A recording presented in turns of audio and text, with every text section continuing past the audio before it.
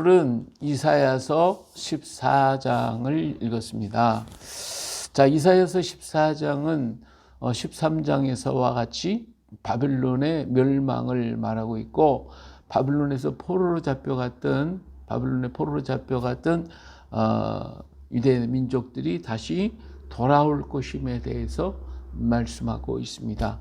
물론 북방에 있었던 아수르 민족에게 잡혀갔던 남조 유다보다도 먼저 이스라엘 백성들이 먼저 아수르에게 잡혀갔죠.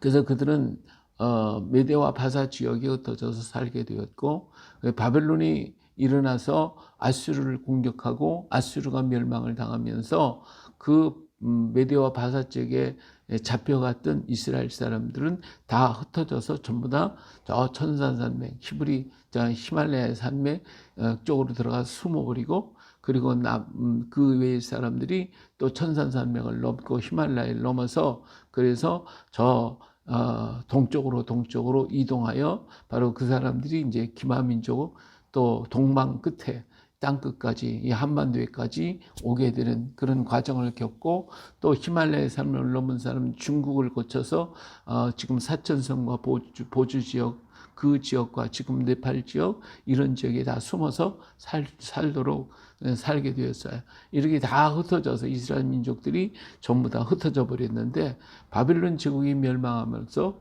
그리고 메대와 바사가 페르시아의 고레스 왕이 즉위하면서 그들이 다시 고국으로 돌아오는, 일부가 돌아오게 되는 그런 과정. 그래서 예루살렘 성을 다시 건축하고 그리고 그 땅에 살게 되는 과정에 대해서 오늘 14장에서 말씀해 주고 있습니다. 자, 14장에서 여호와께서 야곱을 긍휼히 여기시며 이스라엘을 다시 택하여 그들의 땅에 두시리니, 나그네 된 자가 야곱 족속에게 작석과 연합하여 그들에게 예속될 것이며, 민족들이 그들을 데리고 그들의 본토로에 돌아오리니, 이스라엘 족속이 여호와의 땅에서 그들을 얻어 노비로 삼겠고, 전에 자기를 사로잡던 자들을 사로잡고 자기를 압제하던 자들을 주관하리라. 예. 자, 페르시아의 고레스 왕이, 바벨론이 메대와 바사에 의해서 멸망을 당하죠. 이 고레스 왕이 바빌론을 공격하게 되는데, 공격할 때에 바빌론 성은 얼마나 견고했던지 그 성 주변이 해자가 있어요. 그래서 해자가 있어서 들어갈 수가 없는 그런 아주 정말 독특한 성이었어요. 근데 이 해자의 물결이 얼마나 강한지 그 물살이 너무나 세서 건너갈 수가 없는 그러한 곳이 바로 바빌론 성입니다. 근데 이 바빌론 성을 갖다가 공격할 때에 이 고레스 왕은 자기의 에마가 그 물살에 의해서 죽게 돼요. 이러니까 너무 화가 난 고레스 왕은 저 북쪽에 유브라디스 강 줄기를 갖다가 양쪽으로 180개씩 나눠가지고 전부 다 그리로 물이 내려가지 못하도록 강줄기를 완전히 바꿔버립니다. 그러니까 물이 말라버렸죠. 그래서 말라가지고 그래서 비밀 통로가 발견이 되어지고 이것으로 인해서 바벨론 성이 멸망을 당해요. 근데 이 바벨론 사람들은 그것도 모르고 막 하면 벨사살 왕과도 보러 먹고 마시고 그냥 취해 있을 때에 공격해가지고 바벨론을 멸망시키게 되어지죠. 그리고 고레스 왕은 이사야 선지자의 예언의 말씀을 읽고 그리고 이스라엘 백성들을 포로에서 돌아가게 만들어서, 그래서 성전 안에 있었던 모든 기구들을 전부 다 가지고 돌아갈 수 있도록 그렇게 허락합니다. 돌아와서 그들은 자기의 성전을 건축하게 되고, 그리고 다시 모여서 그들이 하나님께 예배하는 그러한 역사가 일어나게 돼서 바로 이 말씀을 지금 여기서 하게 됩니다. 자, 여호와께서 너를 슬픔과 곤고와 및 네가 수고하는 고역에서 놓으시고 안식을 주시는 날에 너는 바벨론 왕에 대하여 이 노래를 지어 이르기를, 압제하던 자가 어찌 그리 그쳤으며 강포한 성이 어찌 그리 폐하였는고. 이제 돌아왔을 때에 바벨론 이미 멸망을 당했고, 그리고 이들은 돌아오게 됐으니 바빌론을 바로 그렇게 화려했던 바빌론, 그렇게 좀 강했던 바빌론, 정말 다니엘이 봤을 때에 금으로 황금 같은 머리를 가졌던 그러한 바빌론이 어떻게 그렇게 망했는가, 왜 그렇게 됐는가 하면서 그는 놀라게 될 것이지만, 그것은 하나님께서, 여호와께서 악인의 몽둥이와 통치자의 귀를 꺾으셨구나, 하나님이 꺾으셨다, 이렇게 노래하게 될 것이다 그 말이요. 그들이 분내어 여러 민족을 치기를 맞이 아니하였고 노하여 열방을 억압하여도 그 억압을 막을 자가 없었더니 이제는 온 땅이 조용하고 평온하니 무리가 소리 높여 노래하는도다. 예. 이 모든 것이 누가 했어요? 하나님이 하셨다. 하나님이 그들을 다 꺾으셨구나. 그랬더니 그들이 다 멸망을 당했구나. 이렇게 노래한다 이 말입니다. 향나무와 레바논의 백향목도 너로 말미암아 기뻐하여 이르기를 내가 넘어져 있음즉 올라와서 우리를 베어 버릴 자 없다 하는도다. 이 레바논의 백향목과 향나무가 바빌론이 너무 왕성해 가지고 얼마나 화려한 집을 짓고 화려하게 만들었든지, 하여튼 레바논에 있는 향나무와 백향목을 전부 다 베어 가지고 그래서 그렇게 건축을 했단 말이에요. 그러니까 이 바빌론이 망하게 되니까 어때요? 이 향나무와 레바논의 백향목이 좋아서 우리 이제 살았다 이렇게 하게 된다 그 말이에요. 아래의 수월이 너로 말미암아 소동하여 내가 오는 것을 영접하되 그것이 세상의 모든 영웅을 너로 말미암아 움직이게 하며 열방의 모든 왕을 그들의 왕제에서 일어나게 서게 하므로 그들은 다 내게 말하여 이르기를 너도 우리같이 연약하게 되었느냐, 너도 우리같이 되었느냐 하리로다. 예, 이 수월에 지옥의 죽음의 자리에 바빌론으로 말미암아 죽은 나라들이 굉장히 많잖아요. 그 수없이 많은 나라의 왕들이 거기에 있다가 바빌론이 망해서 돌아오는 것을 보고서 야 너도 우리처럼 약해졌냐 이러면서 조롱한다 그 말이죠. 우리 같이 되었구나 한다는 거죠. 내 영화가 소울에 떨어졌으며 내 비파설까지로다. 구더기가 내 아래 깔리며 지렁이가 너를 덮었도다. 예. 그래서 바빌론이 완전히 멸망당하고 파괴되었음을 얘기하고 있습니다. 아무도 그를 귀히 여기지 않고 그로 말미암아 망한 여러 나라들이 바빌론이 멸망을 보고 기뻐하게 된다 그 말입니다. 자, 12절로 나가보면 이제 새로운 방법이 나오는데, 너 아침의 아들 계명성이 어찌 그리 하늘에서 떨어졌으며 너 열골 엎은 자여 어찌 그리 땅에 지켰는고, 내가 내 마음에 이르길 내가 하늘에 올라 하나님의 뭇별 위에 내 자리를 높이리라. 내가 북극 지폐의 산 위에 앉으리라. 가장 높은 구름에 올라가 지극히 높은 이와 같아지리라 하는도다. 예, 여기 보니까 바빌론 나라가 이렇게 올라가고 높고 지혜롭고 똑똑하고 그냥 잘나고 뭐 부유함이 이루 말할 수 없고 이러했던 계명성과 같은 그러한 바빌론이, 예? 어떻게 그렇게 엎어졌냐? 열국을 다 엎었던 네가 어찌 그렇게 땅에서 지켰는가? 예, 그가 얼마나 자면했든지 느부갓네살 왕은 지가 하나님이다. 나의 신상을 만들고 전부 다 와서 절해라. 예, 기도 나한테 절을 하라고 그러면서 말했던 사람이 느부갓네살 왕의 바빌론 왕이란 말이에요. 그래서 여기 보니까 내가 하늘에 올라 하나님의 뭇별 위에 내 자리를 높이리라.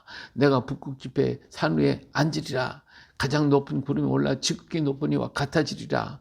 이렇게 느부갓네살 왕이 자랑을 했다 그 말이에요. 그런데 하나님이 그들을 찍어버리니까 그들이 패배해서 이렇게 망하게 됐다라고 하는 얘기를 하면서 여기에서 누구를 가리키냐면 사탄을 얘기해 주고 있어요. 이 사탄 마귀가 하나님을 대적하여, 이 계명성이 바로 루시퍼라고 얘기를 하는데 계명성이죠. 계명성이라고도 얘기를 합니다. 이런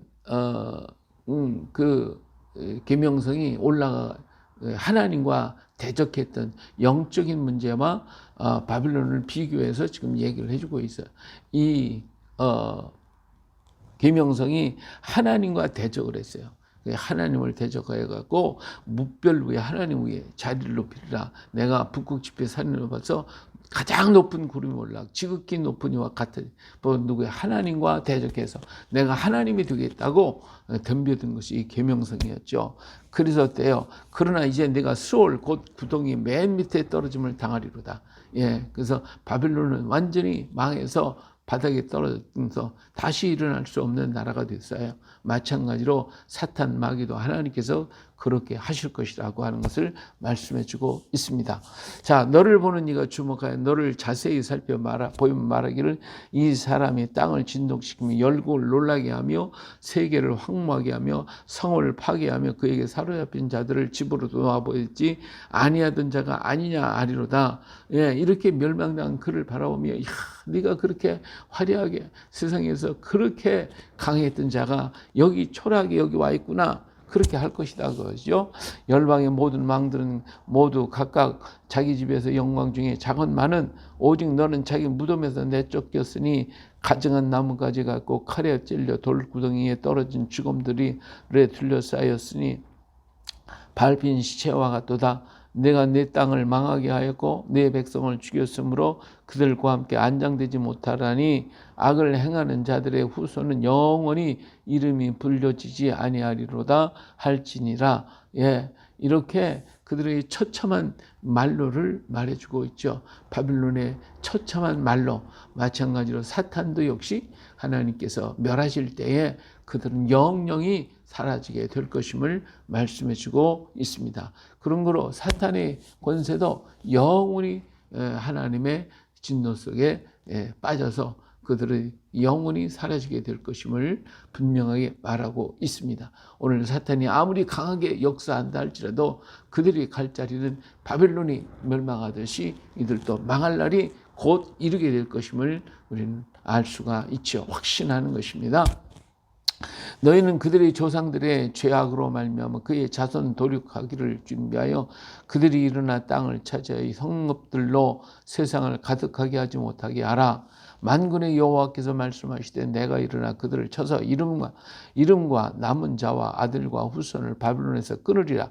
나 여호와의 말이니라. 내가 또 그것이 고슴도치의 구렬과 물 웅덩이가 되게 하고 또 멸망의 빗자루를 청소하리라. 나 만군의 여호와의 말이니라 하시니라.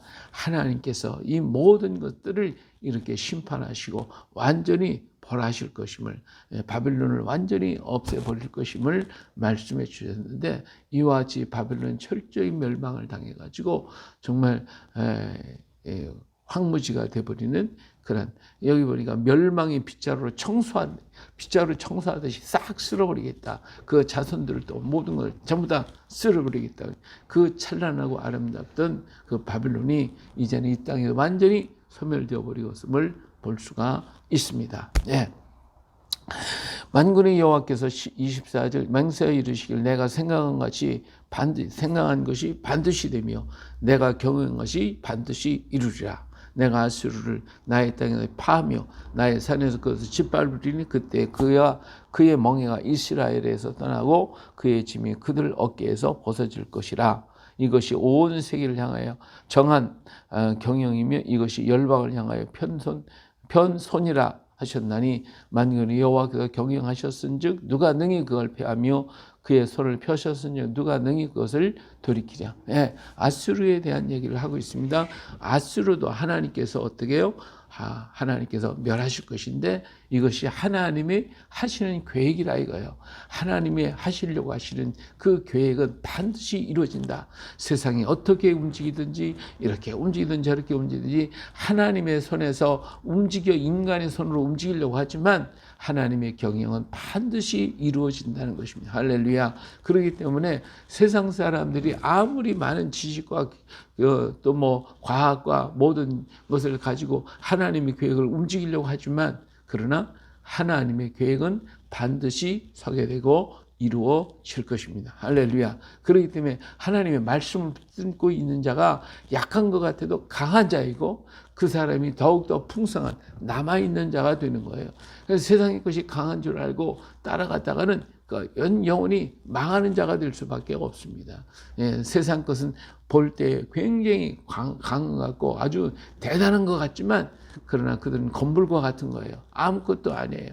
오직 하나님만이 강하신 하나님이시고 세상을 이기고 세상을 엎으시고 세상을 새롭게 만드실 리가 오직 주님밖에 없습니다. 그런 거로 만군의 여호와께서 경영하셨은즉 누가 능히 그것을 폐하며 그의 손을 펴셨은즉 누가 능히 그것을 돌이키랴. 아무도 하나님의 경영을 막을 자는 아무도 없습니다. 할렐루야. 그렇기 때문에 오늘 우리가 주의 말씀을 붙들고 가는 것입니다. 가는 자가 복 있는 사람입니다. 할렐루야. 예, 28절 아하스 왕이 죽던 해에 그 경고가 임하니라. 예, 아하스 왕이 하나님 말씀을 안 듣고 자기 뜻대로 하나님께 기도하라고 이사야에 얘기했지만 아니야 내 방법대로 내 뜻대로 할 거야. 그러면서 말을 안 들었어요. 그래서 이렇게 하나님의 진노를 받아서 바벨론의 포로로 잡혀가기도 하고 했던 왕이 바로 이 아하스 왕. 예, 그래서 결국은 아하스 왕이 죽던 해에 이 경고가 임한 블레셋 온 땅이여 너를 치던 막대기가 부러졌나니 기뻐하지 말라. 뱀이 뿌리에는 독사가 나겠고 그의 열매는 날아다니는 불뱀이 되리라. 가난한 자의 장자는 먹겠고 궁핍한 자는 평안히 누리려니와 내가 내 뿌리를 기근으로 죽일 것이요 내게 남은 자는 사력을 당하리라. 성문이여 슬피 울지어다 성읍이여 부르짖을지어다 너 블레셋이여 다 소멸되리로다. 대저 연기와 북방에서 오는데 그 대열에서 벗어난 자가 없느니라. 그 나라 사신들이 너에게 어떻게 대답하겠느냐. 여호와께서 시온을 세우셨으니 그의 백성이 곤고한 자들이 그 안에서 피난하리라 할 것이니라. 예, 블레셋의 멸망을 블레셋도 계속해서 유다를 괴롭히고 이스라엘을 괴롭히고 그랬던 나라예요. 그랬던 나라가 이제는 저 아수르로 인해요 다 망할 것임을, 그리고 바빌론으로 인해서 멸망을 당할 것임을 말씀해주고 있습니다. 아하스 왕이 죽었다고 너희들이 좋아하지 말아라. 다 하나님의 계획 속에서 전부 다 멸망을 당할 것이다 라고 말씀하고 있는 것이죠. 그래요. 하나님의 역사를 대적하고 하나님을 대적하는 자는 하나님이 진멸하시는 거예요. 오직 남아있는 자가 누구냐? 하나님의 뜻대로 살아가는 사람. 그것이 남은 자요. 상수리나무가 배임을 당했어도 그리고 남아있는 것은 그루터기는 남아있다고 했어요. 이 남아있는 자, 주님을 붙들고 주 앞에 엎드리고 세상을 위하여, 세상의 죄악과 악을 위하여 기도하고 하나님 앞에 부르짖고 눈물을 흘리는 그들이 남아있는 자들입니다. 이 남아있는 자를 하나님이 끝까지 남겨두셨어요. 그래서 이스라엘 민족과 유대 민족을 세 개 다 털어놓고 전부 다 없는 것 같았지만 그들 속에 남아있는 자들이 있어서 오늘도 하나님의 긍휼하심을 기다리고 있고 하나님의 역사가 오기를 기다리고 있다 그 말이에요. 오늘 우리는 남아있는 자가 되어야 돼요. 주의 말씀을 붙든 자는 남아있는 자. 그러나 하나님의 말씀을 무시하고 그리고 하나님의 말씀을 멸시하고 그 자리에 내가 앉아있겠다라고 나고 하면 바로 그는 하나님이 멸하실 수밖에 없습니다. 사탄이 높아지려고 했다가 망해버리고 바빌론이 높아지려고 하나님을 대적하다가 망해버리고 세상은 하나님을 대적하는 모든 것은 다 하나님이 꺾어버리시고 마침내 하나님의 뜻이 이루어질 것입니다. 할렐루야. 그렇기 때문에 오늘도 주의 말씀 확 붙들고 하나님 말씀을 붙들고 예수 믿는 사람들 뭐 별것도 아니네, 약한 것이네, 마음이 약하니까 저렇게 믿고 있는 것이지 별소리를 다 할지라도 그가 제일 강한 자입니다. 그게 남아있는 사람입니다. 오늘 우리는 남아있는 자예요. 우리는 약한 것 같으나 강한 자예요. 우리와 함께 하시는 주님이 나를 더욱 강건하게 붙들고 계시기 때문에 우리는 최고로 강한 자입니다. 할렐루야. 이 믿음을 가지고 강하고 담대고 흔들리지 말고 약해지지 말고 승리하는 오늘 하루가 또 되시기를 예수님의 이름으로 축복합니다. 아멘. 할렐루야.